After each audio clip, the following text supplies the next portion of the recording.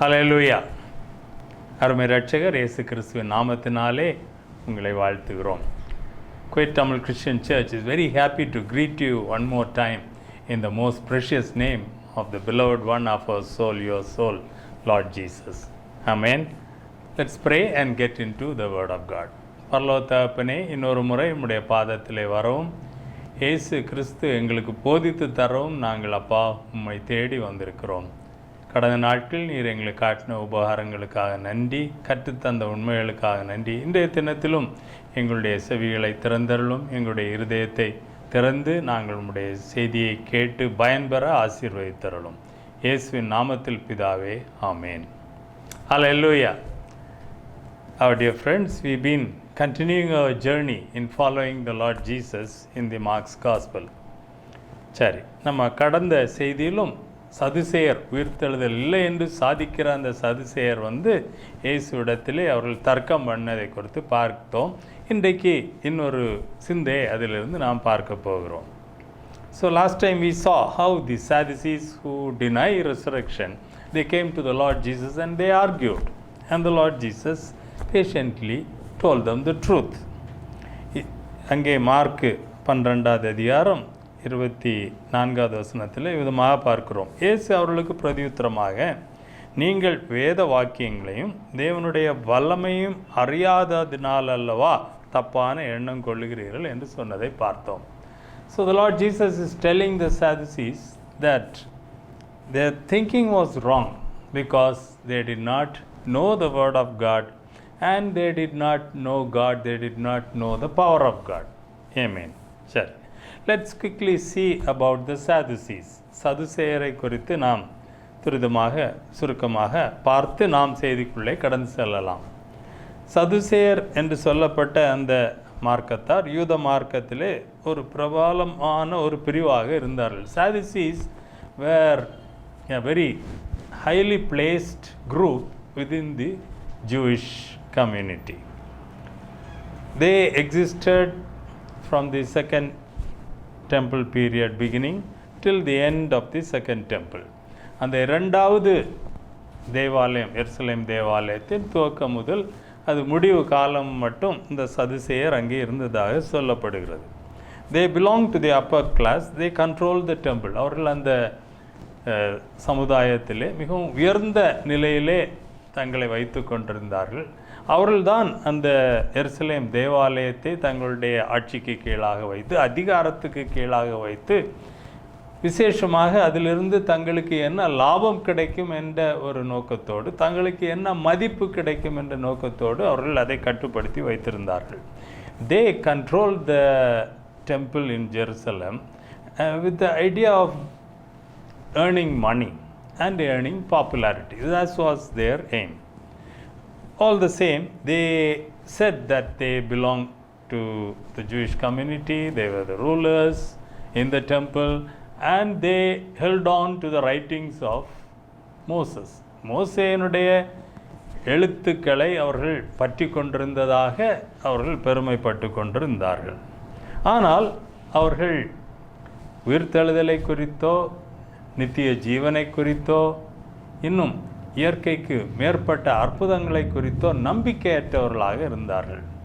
அவர்களுடைய சிந்தையானது அப்படிப்பட்ட நிலைமையிலே இருந்தது. So though they claimed that they held on to the writings of Moses, they did not believe in resurrection, they did not believe in the life hereafter, and they did not believe in angels and miracles. அப்படிப்பட்ட ஒரு கூட்டத்தார்.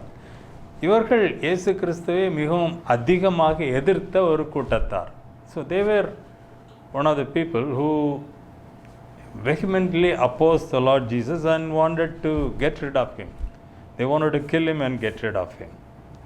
சரி, இயேசு கிறிஸ்து அவர்களோடு விதமாக பேசும் பொழுது கிட்டத்தட்ட 10 இடங்களிலே அந்த சுவிசேஷங்களிலே அவர்களிடத்திலே நீங்கள் இதை வாசிக்கவில்லையா, நீங்கள் நம்பியிருக்கிற அந்த மோசேயின் எழுத்துக்களில் இதெல்லாம் நீங்கள் வாசிக்கவில்லையா என்று அவர் ஆச்சரியத்தோடு கேட்பதை நாம் பார்க்க முடியும். So they did not really understand the word of God. So the Sadducees, though they knew the written Torah, they did not actually know what the real meaning of the word was. அவர்கள் என்ன எழுதியிருக்கிறது என்று மேல்மட்டமாக அறிந்து அதை பின்பற்றுவதாக சொல்லி கொண்டிருந்தார்கள். அதனுடைய ஆழமான பொருளை அவர்கள் அறியாதவர்களாக இருந்தார்கள். They did not know the real meaning of the scriptures and they did not know God who gave them the word.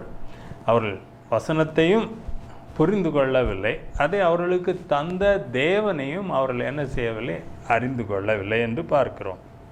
They did not know his attributes and characteristics. ஜீவனுள்ள தேவன், அவருடைய குணாதிசயங்கள், இதெல்லாம் அவர்கள் அறியாதவர்களாக இருந்தார்கள், அவருடைய இதயத்தை அறியாதவர்களாக இருந்தார்கள். So because of this, what they read did not change the way they thought, their thinking.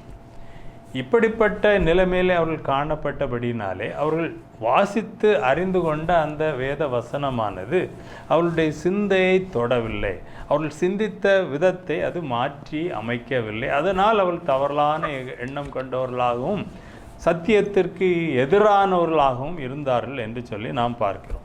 Now let's come to our lives in the present time.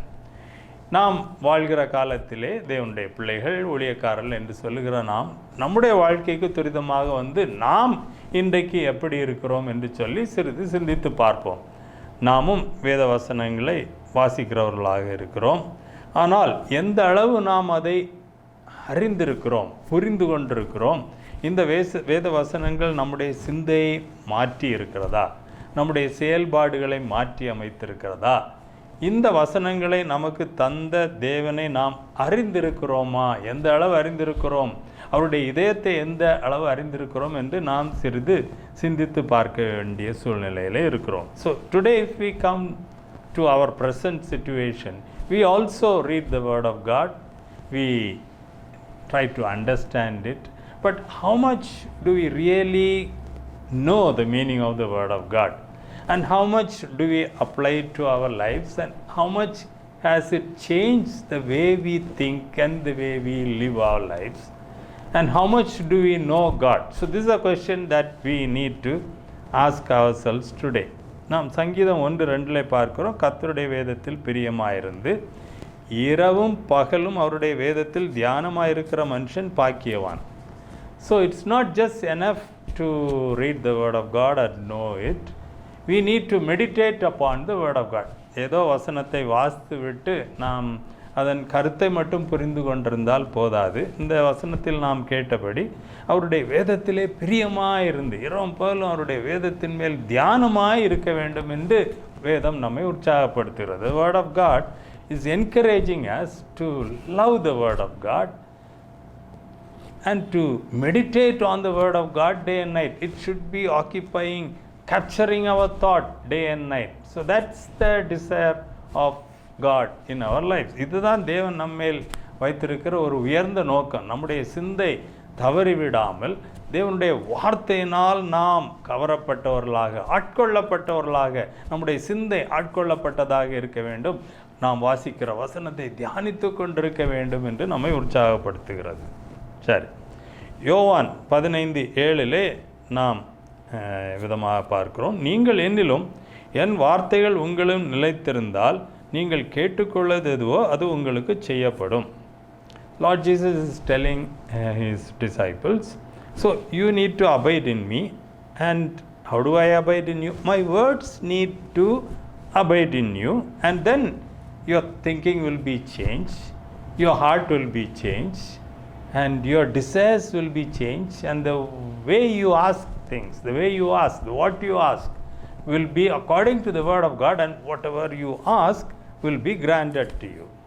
இங்கே அழகாக இயேசு சொல்லுகிறார், நீங்கள் என்னிலே நீங்கள் நிலைத்திருங்க, நான் உங்களை நிலைத்திருக்க வேண்டும். எப்படி நிலைத்திருப்பது? என்னுடைய வார்த்தை உங்களிலே நிலைத்திருக்கட்டும். அதை நீங்கள் உங்களுக்கு உள்ளாலே வைத்து, இதயத்திலே பதிய வைத்து, அதை தியானித்து, உங்களுக்குள்ளாக அதை உட்கொண்டு உங்களுடைய வாழ்க்கையின் ஒரு பகுதியாக அதை நீங்கள் ஏற்றுக்கொள்ளும் பொழுது உங்களுடைய வாழ்க்கையின் நோக்கங்கள், பிரியங்கள் எல்லாம் அது நன்மையானதாக, தேவனுடைய வார்த்தைக்கு இணங்கினதாக இருக்கும். நீங்கள் என்ன தேவனிடத்தில் கேட்டுக்கொள்வீர்களோ அது உங்களுக்கு செய்யப்படும் என்று சொல்லுகிறார். 8வது வசனத்தில் விதமாக பார்க்கிறோம். யோவான் 15:8, நீங்கள் மிகுந்த கனிகளை கொடுப்பதினால் என் பிதா மகிமைப்படுவார், எனக்கும் சீஷர்களாக இருப்பீர்கள். இதையும் நாம் பார்த்திருக்கிறோம் முன்பாக. So he is telling them in verse 8, when you bear much fruit, the Father will be glorified and you will be my disciples. நம்ம பார்த்தோம் எப்படி இந்த உலகத்திலே கோடிக்கணக்கான ஜனங்கள் இருக்கிறார்கள்.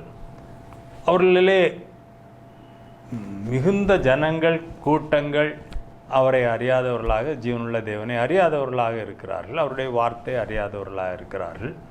இன்னும் ஒரு சிறு கூட்டம் தங்களை கிறிஸ்தவர்கள் என்று அழைத்து கொண்டிருக்கிறார்கள். அவர்களிலும் ஒரு சின்ன பகுதி தான் என்ன செய்கிறார்கள்? தேவனுடைய வார்த்தையை நேசிக்கிறவர்களாக, அதை அறிந்தவர்களாக இருக்கிறார்கள், மறுபடியும் பிறந்தவர்களாக இருக்கிறார்கள்.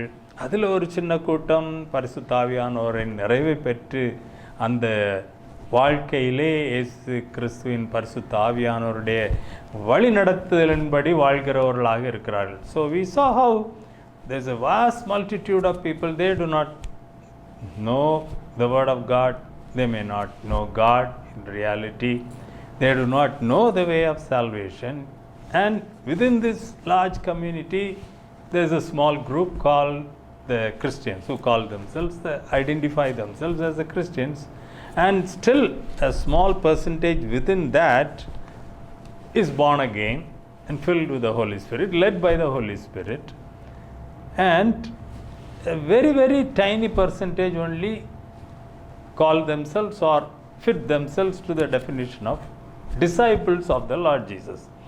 இதிலும் ஒரு சின்ன கூட்டம்தான் இயேசு கிறிஸ்துவனுடைய சீஷர்கள் என்ற அடையாளத்தோடு அவர்கள் இருக்கிறார்கள், வாழ்கிறார்கள் என்று பார்க்கிறோம். இந்த நாட்களிலும் தேவன் நாம் இயேசு கிறிஸ்துவின் சீஷர்கள் என்ற நிலைக்கு வர வேண்டும், கனி கொடுக்க வேண்டும் அதிகமாக. சீஷன் என்ற நிலைமையில் அதிகம் கனி கொடுத்து பிதா மகிமைப்பட வேண்டும். அதற்கான வழிமுறை தான் தேவனுடைய வார்த்தையை நாம் ஆழங்களை அறிந்து கொண்டு, அந்த வார்த்தையின் தேவனை அறிந்து கொண்டு, அந்த வார்த்தையை நமக்குள்ளாக வைத்து நாம் சிந்தையிலே மாற்றம் அடைந்து அவருடைய சீஷர்களாக இருந்து அவருக்கு கனி கொடுத்து மகிமைப்படுத்த வேண்டும் பிதாவாகிய தேவனை. இயேசுவின் சீஷர்கள் என்ற உண்மையான அர்த்தத்தோடு வாழ வேண்டும் என்று வசனம் நம்மை உற்சாகப்படுத்துகிறது. பாருங்கள், தேவனுடைய வார்த்தையின் முக்கியத்துவத்தை பார்க்கும் பொழுது யோவான் 12:48 பின்பகுதியிலே, நான் சொன்ன வசனமே அவனை கடைசி நாளில் நியாயம் தீர்க்கும். இயேசு கிறிஸ்து நியாய தீர்ப்பை குறித்து சொல்லுகிறார், கடைசி நாளை குறித்து சொல்லுகிறார். அந்த நியாய தீர்ப்பின் அடிப்படை என்னவென்றால் இயேசு பேசின அந்த வார்த்தை, அவர் சொன்ன வார்த்தை, அந்த வார்த்தை தான் நியாயம் தீர்க்கும் என்று சொல்லுகிறார். நான் ஒருவன் முன்பாக நின்று நீ தண்டிக்கப்படுகிறாய் என்று சொல்ல வேண்டாம். அந்தவன் பேசின வார்த்தை அவனுக்கு முன்பாக நின்று அவனை நியாயம் தீர்க்கும். அப்போ அவன் அந்த வார்த்தையை அறிந்திருக்க வேண்டும், அதன்படி அவன் நடந்திருக்க வேண்டும். அதற்காக தான் அந்த வார்த்தை கொடுக்கப்பட்டிருக்கிறது. அவனுடைய சிந்தை மாறி இருக்க வேண்டும். இன்னும் யோவான் 5:39 இயேசு சொல்கிறார், வேத வாக்கியங்களை ஆராய்ந்து பாருங்கள், அவைகளால் உங்களுக்கு நித்திய ஜீவன் உண்டென்று எண்ணுகிறீர்களே, என்னை குறித்து சாட்சி கொடுக்கிறவைகளும் அவைகளே என்று இயேசு யூதரிடத்திலே சொல்கிறார். The Lord Jesus is telling the Jewish people, He's saying, you search the scriptures, you believe that you have eternal life in the word of God. They are the ones which testify about me also. அப்போ இயேசுவை அறிந்து கொள்ள வேண்டும், ஜீவனுள்ள தேவனை அறிந்து கொள்ள வேண்டுமானால் நாம் தேவனுடைய வசனத்தை அறிந்து அதை நாம் உட்கொண்டு அதன் மூலமாக நம்முடைய சிந்தை மாற வேண்டும். ஆமேன். எபேசியர் 4:23 இந்த விதமாக சொல்லுகிறது, உங்கள் உள்ளத்திலே புதிதான ஆவியுள்ளவர்களாகி அப்படின்னு சொல்லியிருக்கிறது. B renewed in the spirit of your mind. நம்முடைய உள்ளத்திலே நாம் புதிதான சிந்தையுள்ளவர்களாக, புதிதான ஆவியுள்ளவர்களாக நாம் மாற வேண்டும் என்று வசனம் நம்மை உற்சாகப்படுத்துகிறது. ரோமர் 12:2 சொல்லுகிறது, நீங்கள் இந்த பிரபஞ்சத்திற்கொத்த வேஷம் தெரியாமல் தேவனுடைய நன்மையும் பிரியமுமான சித்தம் என்னதென்று பகுத்தறியத்தக்கதாக உங்கள் மனம் புதிதாகிறதுனாலே மறுரூபமாகுங்கள். அப்போ நம்ம எப்படி மகிமையின் மேல் மகிமை அடைய முடியும்? நாம் எப்படி மறுரூபம் அடைய முடியும்? இந்த உலகத்திலே அவருடைய சீஷர்கள் என்ற அடையாளத்துக்குள்ளே நாம் வந்து நாம் எந்த விதமான வாழ்க்கை வாழும் பொழுது நாம் மகிமையின் மேல் மகிமை அடைய முடியும், மறுரூபமாக முடியும் என்று பார்க்கும் பொழுது நாம் அவருடைய வசனத்தினாலே அவருடைய சித்தத்தை பகுத்தறிந்து நம்முடைய சிந்தை மாற வேண்டும். நாம் பகுத்தறிதலே அவருடைய வசனத்தின் மூலமாக நாம் முதிர்ச்சி பெற வேண்டும், தேர்ச்சி பெற வேண்டும் என்று வசனம் நம்மை உற்சாகப்படுத்துகிறது. So the word of God in Romans 12:2 says that we should not live our lives according to the fashion of this world that we live in. We do not fashion ourselves according to the fashion of this present age. இந்த வாழ்கிற வாழ்க்கையிலே நாம் இந்த உலகத்திலே வேஷத்தின்படி நாம் நம்முடைய வாழ்க்கையை அமைத்து கொள்ளக்கூடாது. தேவனுடைய வார்த்தை அறிந்து, தேவனுடைய சித்தத்தை, தேவனுடைய பிரியத்தை என்னவென்று அறிந்து பகுத்தறிந்து நாம் அதன்படி நம்முடைய வாழ்க்கையிலே மாற்றி அமைக்கப்பட வேண்டும், மறுரூபமாக வேண்டும் என்று சொல்லி தேவனுடைய வார்த்தை நம்மை உற்சாகப்படுத்துகிறது. அருமையான தேவனுடைய பிள்ளைகளே, இன்றைக்கும் நாம் ignorance and wrong thinking என்ற அந்த தலைப்பிலே இந்த செய்தியை நாம் கேட்டிருக்கிறோம். So today we have heard the word of God on the title ignorance and wrong thinking. அறியாமை, தேவனுடைய வசனத்தை கையிலே வைத்திருந்தாலும் அதை வாசித்திருந்தாலும் அறியாமையிலே இருக்கிற அநேகர் உண்டு. இன்றைக்கு தேவன் நம்மோடு பேசுகிறார், என்னோடு பேசுகிறார், உங்களோடு பேசுகிறார். நாம் அடுத்த படிக்கு வர வேண்டும் என்று விரும்புகிறார். நான் சொன்ன அந்த படிகளை நீங்கள் சிறிது சிந்தித்து பாருங்கள். மறுபடியும் பிறக்கிற அந்த அனுபவம், ஆவியானவருடைய நிறைவு பெறுகிற அனுபவம், ஆவியானவராலே வழிநடத்தப்படுகிற அந்த அனுபவம், இயேசு கிறிஸ்துவின் சீஷர்களாக மாறி சீஷர்கள் என்ற நிலைமையிலே அவருடைய வார்த்தை அறிந்து, அவரை அறிந்து நம்முடைய வாழ்க்கையிலே மாற்றமடைந்து மகிமையின் மேல் மகிமை அடைந்து பிதாவின் சித்தத்தை அறிந்து செயல்பட்டு அவருக்கு மகிமை கொண்டு வருகிற ஒரு வாழ்க்கை வாழ்கிற ஒரு நிலைமை. இதுதான் தேவன் இன்றைக்கு நம்மை அழைக்கிற அழைப்பு. நாம் ஜெபித்து நாம் எங்கே இந்த நிலைகளிலே காணப்படுகிறோம் என்பதை சிந்தித்து நம்முடைய வாழ்க்கை மாற்றி அமைவதற்கு ஒப்பு கொடுப்போமா? Our loving Heavenly Father, we thank you for the lesson we learned today. Though we may read the Word of God, though we may carry the Word of God in our hands, yet it's a different matter when it comes to understanding the Word of God, being taught by God, being led by the Holy Spirit, and being transformed in our lives by the Word of God. We need to receive the Word in our hearts, and our hearts need to be changed. Our thinking needs to be changed. We need to meditate upon the Word of God day and night. இரவும் பகலும் கர்த்தருடைய வேதத்திலே தியானமாயிருந்து பாக்கியவான்கள் என்ற நிலைமைக்கு நாங்கள் வர எங்களை அழைத்திருக்கிறீரப்பா. அதுபோல வேத வசனத்தை நாங்கள் அறிந்து, அந்த வசனத்தை தந்த தேவனை அறிந்து, அதன் அடிப்படையிலே எங்களுடைய சிந்தை மாறி, எங்களுடைய செயல்கள் மாறி, இந்த உலகத்துக்கொத்த வேஷம் தெரியாமல் நாங்கள் இயேசுவை முகத்தை நோக்கி பார்த்து மறுரூபம் அடைந்து மகிமையின் மேல் மகிமை அடைந்து இயேசு கிறிஸ்துவின் சீஷர்களாக இருந்து மிக உயர்ந்த கனிகளை கொடுத்து, அதிகம் கனிகளை கொடுத்து பிதா மகிமைப்படும்படியான சீஷர்களாக வாழ எங்களை ஒப்புக் கொடுக்கிறோம். நாங்கள் எந்த சூழ்நிலையிலே இருக்கிறோம் என்பதற்கு ஏற்றபடி நீர் ஒவ்வொருவரோடு நீங்கள் தொட்டு அவர்களோடு பேசி அவர்களை உயர்த்தும்படியாக ஜெபிக்கிறோம். இந்த வேளையிலும் உம்முடைய பிள்ளைகள், உம்முடைய ஊழியக்காரர்களை விசேஷமாக இயேசுவின் நாமத்திலே ஆசீர்வதிக்கிறோம். உம்முடைய அபிஷேகத்தின் கரம் அவர்கள் மேல் இருக்கிறபடினாலே நன்றி. இப்பொழுது ஒரு புதிய ஆழத்துக்குள்ளாக, புதிய உயர்வுக்குள்ளாக அவர்களை தூக்கி எழுப்புகிறதற்காக நன்றி. கால் ஊன்றி செய்து உற்சாகப்படுத்துகிறதற்காக நன்றி. இன்னும் உம்முடைய பிள்ளைகள் அல்லது யார் யார் இந்த செய்தியை கேட்டுக்கொண்டிருந்தாலும் அவர்கள் என்ன நிலையில் இருந்தாலும் இயேசு கிறிஸ்துவின் மகிமையின் முகம் அவர்கள் மேல் பிரகாசிப்பதாக. இயேசுவின் ஆணிகள் பாய்ந்த தழும்புகள் உள்ள அந்த கரங்கள் அவர்களை தொடுவதாக. எந்த சூழ்நிலையிலே இருந்து அவர்கள் கேட்டுக்கொண்டிருந்தாலும் ஒரு அற்புதம் அவர்களுடைய வாழ்க்கையிலே நடப்பதாக. இயேசுவின் நாமத்தினாலே அவர்கள் ஒரு விடுதலையை பெறுவார்களாக. சத்துருவின் கரங்கள் அவர்களை விட்டு எடுக்கப்படுவதாக, அந்த நுகத்தடி முறிக்கப்படுவதாக என்று நாங்கள் இயேசுவின் நாமத்திலே ஜெபிக்கிறோம். சுகம் தேவைப்படுகிறவர்களுக்கு இயேசுவின் தழும்புகளிலிருந்து வருகிற சுகம் இயேசுவின் நாமத்திலே சென்றடைவதாக. அற்புத சுகத்தை அவர்கள் பெற்றுக்கொள்வார்களாக. பொருளாதார ஆண்டவரே சூழ்நிலைகளிலே குறைவுபட்டிருக்கிறவர்களுக்கு இயேசுவின் நாமத்தினாலே ஒரு விடுதலை வந்து அவர்கள் உயர்வை பெற்றுக்கொள்வார்களாக. உம்மை அறிந்து கொள்ள வேண்டும் என்ற வாஞ்சையில் உம்மை நோக்கி கூப்பிடுகிறவர்களுக்கு அந்த கிருபை கொடுக்கப்படுவதாக. கனி கொடுத்து நீங்கள் மகிமைப்பட வேண்டும் என்று உம்மை நோக்கி பார்க்கிறவர்களுக்கு அந்த கிருபை கொடுக்கப்படுவதாக. உம்முடைய வருகை சமீபமாக இருக்கிறது. எங்களை உம்முடைய வார்த்தையின் அடிப்படையிலே உம்முடைய வருகைக்காக ஆயத்தப்படுத்தும், அநேகரை ஆயத்தப்படுத்த எங்களை பயன்படுத்தும். உம்முடைய பிள்ளைகளை வாழ்த்தி ஆசீர்வதிக்கிறோம். இயேசுவின் மூலம் ஜெபிக்கிறோம் நல்ல பிதாவே. ஆமேன், ஆமேன். Our dear friends, we have listened to the word of God. Let's offer our lives to be shaped by the word of God, to be shaped by our Master, the Potter, Lord Jesus. We take leave till we see you again. In Jesus' name, amen, amen.